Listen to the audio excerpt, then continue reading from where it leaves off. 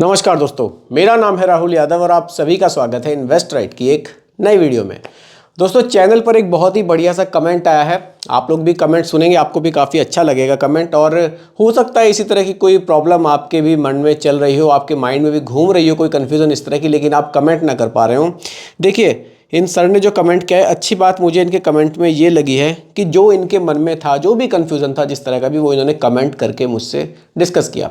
अगर दोस्तों आपके मन में भी किसी भी तरह का कोई कन्फ्यूज़न चल रहा है तो बिल्कुल बेझिझक आप लोग भी कमेंट मुझे कर सकते हैं और अपना कन्फ्यूज़न क्लियर कर सकते हैं। मैं पूरी कोशिश करूँगा सरल भाषा में आपका जो कन्फ्यूज़न है उसको दूर करने की।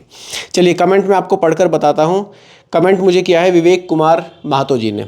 इनका कहना है, Rahul sir thank you so much, आप बहुत ही सरल और शानदार तरीके से समझाते हैं। आपके समझाने का तरीका बहुत शानदार है। जो भी आप समझाते हैं एक बार में ही समझ में आ जाती है। आपकी वीडियो देखने के बाद ऐसा लगता है कि 15 से 20 सालों में आर्थिक स्थिति मजबूत हो सकती है। म्यूचुअल फंड में निवेश करके मैं बहुत मोटिवेट होता हूँ, लेकिन जब आप लास्ट में बोलते हैं कि रिकमेंडेशन नहीं है, एजुकेशनल पर्पज़ है, तो उस समय मन मेरा थोड़ा सा छोटा हो जाता है। सवाल है, SBI स्मॉल कैप में निवेश कर रहा हूँ, तो क्या वास्तव में ही SBI की जो SIP है वो अच्छी है या बुरी है? इसके लिए वीडियो ज़रूर बनाइएगा, रिप्लाई मुझे ज़रूर कीजिएगा। देखिए, जो भी इनके सर के मन में था, इन्होंने बिल्कुल क्लियरली मुझसे पूछा। ये बहुत अच्छी चीज़ है। कुछ लोग मन में ही बातें रख लेते हैं और इन्वेस्टमेंट भी नहीं करते हैं कि पता नहीं ये फ़ंड कैसा होगा, मैं निवेश करूं या ना करूं। लेकिन जो भी इनके मन में सवाल था, इन्होंने सवाल मुझसे क्लियर किया। तो इसी टॉपिक पर आज की वीडियो है कि SIP का जो स्मॉल कैप फंड है जिसमें ये निवेश कर रहे हैं, वो अच्छा है या बुरा है। उसको हम कैसे समझेंगे, कैसे पहचानेंगे हम किसी भी फंड को कि हम इसमें निवेश करें या ना करें। मेन टॉपिक आज की वीडियो का ये है। तो वीडियो को आप लोग बहुत ही ध्यान से देखिएगा और समझिएगा, क्योंकि यहाँ एक चीज़ मैं आप सभी को समझाऊंगा बिल्कुल सिंपल भाषा में। चलिए स्टार्ट करते हैं। और जैसा कि इन्होंने पूछा है कि आप जो लास्ट में बोलते हैं रिकमेंडेशन नहीं है, एजुकेशनल पर्पज़ है, वो इसलिए है। देखिए, मैं केवल आपको एजुकेट कर सकता हूँ किसी भी चीज़ के लिए, किसी भी चीज़ के लिए आपको समझा सकता हूँ। मैं रिकमेंड नहीं कर सकता हूँ कि आप SBI में ही निवेश कीजिए, आप HDFC में ही निवेश कीजिए। ये डिसीजन आपका है, या फिर जो आपके फाइनेंशियल एडवाइज़र हैं आप उनसे सलाह लेकर निवेश कर सकते हैं। मैं केवल आपको एजुकेट कर सकता हूँ, आपको चीज़ें बता सकता हूँ, समझा सकता हूँ। क्योंकि देखिए, जो आपकी फाइनेंशियल स्थिति है, जो आपकी रिस्क टॉलरेंस है, वो सिर्फ आप जानते हैं, उसको मैं नहीं जानता हूँ। और ये सभी की अलग अलग होती है। सिर्फ इसलिए लास्ट में मैं बोलता हूँ कि रिकमेंडेशन नहीं है, एजुकेशनल पर्पज़ है। चलिए, तो जो टॉपिक है वो SBI के स्मॉल कैप फंड के ऊपर आज का होने वाला है। यहाँ मैं लिख देता हूँ SBI स्मॉल कैप। देखिए, स्मॉल कैप कैटेगरी का फंड है। थोड़ा सा बेसिक समझते हैं स्मॉल कैप कैटेगरी के फंड। ये स्मॉल कैप कैटेगरी के जो फंड होते हैं, मिनिमम 65% पैसा, जो हम पैसा निवेश करेंगे उसका मिनिमम 65% पैसा स्मॉल कैप की जो कंपनियां हैं उनके स्टॉक्स में निवेश किया जाएगा। स्मॉल कैप की कंपनियां कौन सी होती हैं? अगर आप रैंकिंग वाइज देखेंगे तो 251 से स्टार्ट होकर 500 तक जाएंगी। अगर आप कंपनी की AUM वाइज देखेंगे तो 5,000 करोड़ से जो छोटी कंपनियां होंगी वो स्मॉल कैप में आएंगी। तो यानी कि आपका मैक्सिमम पैसा छोटी कंपनीज के स्टॉक्स में निवेश किया जाएगा। ये इसका एक बेसिक है।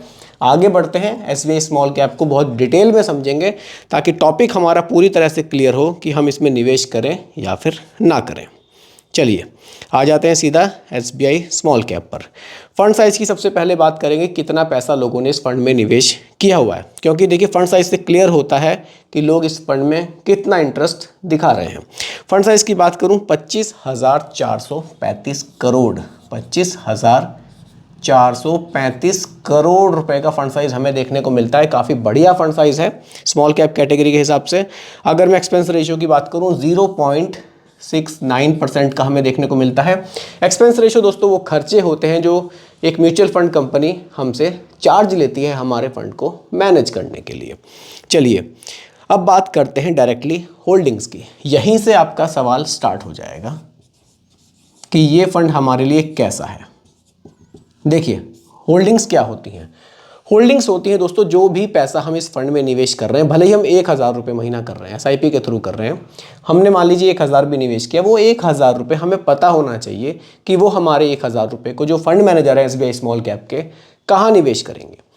यहाँ से आपको क्लियर होगा कि हमारा पैसा आखिर निवेश किया कहाँ जा रहा है, कहाँ से हमें रिटर्न्स मिल रहे हैं।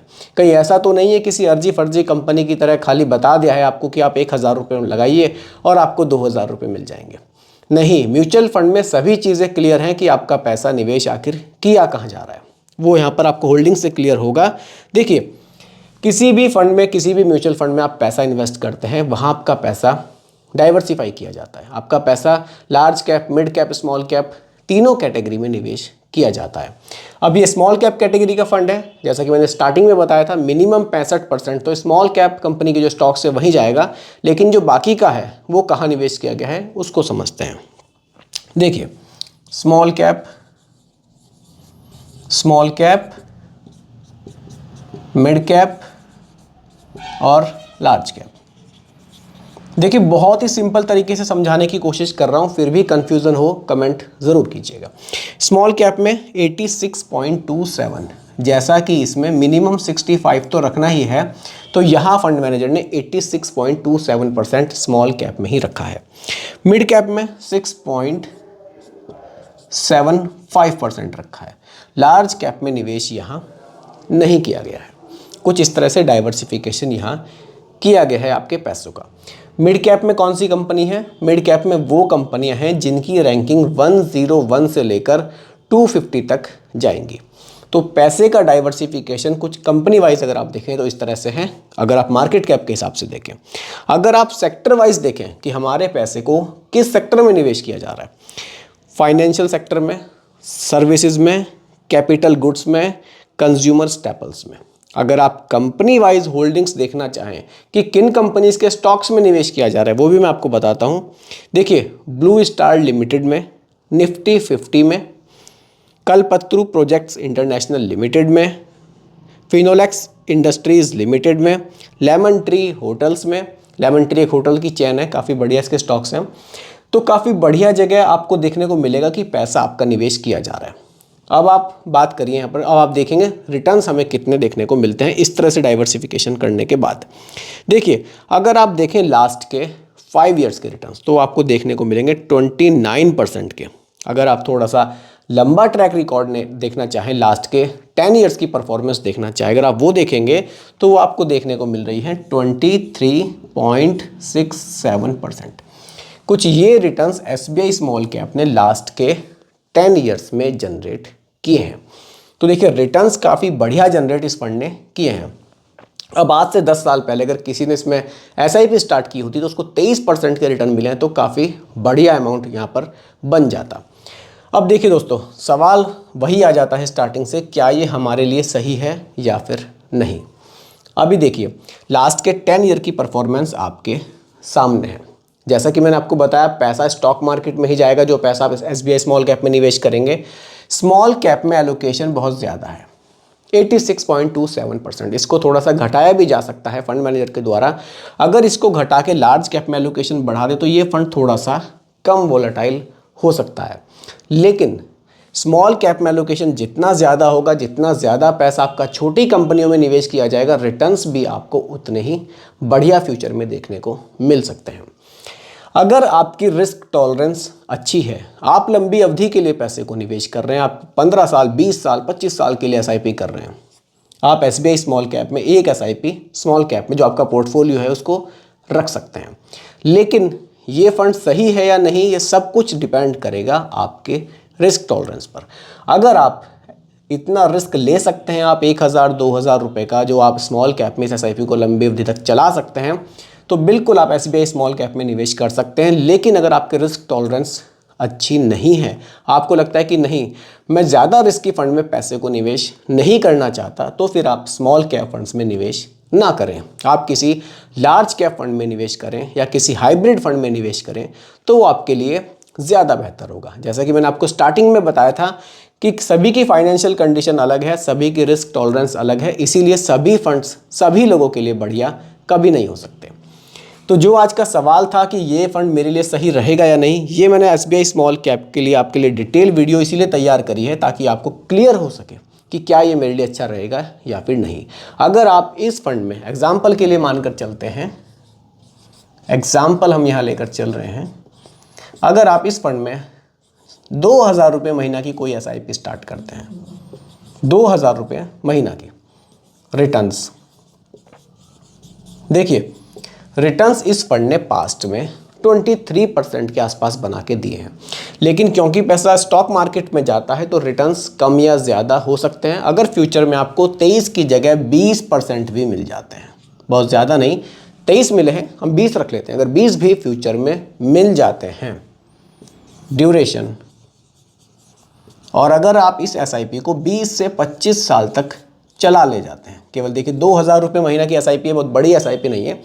आपने कोई आपका फाइनेंशियल गोल है इस तरह का 20-25 साल के बाद का, आपने केवल 2,000 रुपये महीना की एक एसआईपी इसमें इन्वेस्ट करके छोड़ दिए, तो आपका टोटल इन्वेस्टमेंट यहाँ कितना हो जाएगा और फाइनल वैल्यू क्या देखने को मिल सकती है अगर आपको रिटर्न्स 20% के मिल जाते हैं। देखिए मिले तो 23 हैं, लेकिन फिर भी हम एग्जाम्पल के लिए जो रख रहे हैं थोड़ा सा घटा कर चल रहे हैं, क्योंकि रिटर्न्स कम ज़्यादा होते रहते हैं। और गारंटी 20 की भी नहीं है, गारंटी 23 की भी नहीं है, क्योंकि म्यूचुअल फंड का जो भी निवेश है वो बाज़ार जोखिमों के अधीन होता है। क्योंकि ये चीज़ें हमें ज़रूर ध्यान में रखनी चाहिए कि बाज़ार जोखिमों के अधीन है जो भी हम यहाँ पर इन्वेस्टमेंट कर रहे हैं। चलिए आ जाते हैं एसआईपी कैलकुलेटर पर। 2,000 रुपये महीना का हमारा निवेश है, रिटर्न्स 20% के रखे हैं एग्जाम्पल के लिए, और 25 साल तक अगर आप इस एसआईपी को चलाते हैं तो जो आपका टोटल इन्वेस्टमेंट है वो हो जाएगा 6 लाख रुपए का, 6 लाख। और जो आपकी फाइनली वैल्यू है वो बहुत ज़बरदस्त आपको देखने को मिल सकती है, 1.72 करोड़ रुपए की ये वैल्यू आपको देखने को मिल सकती है।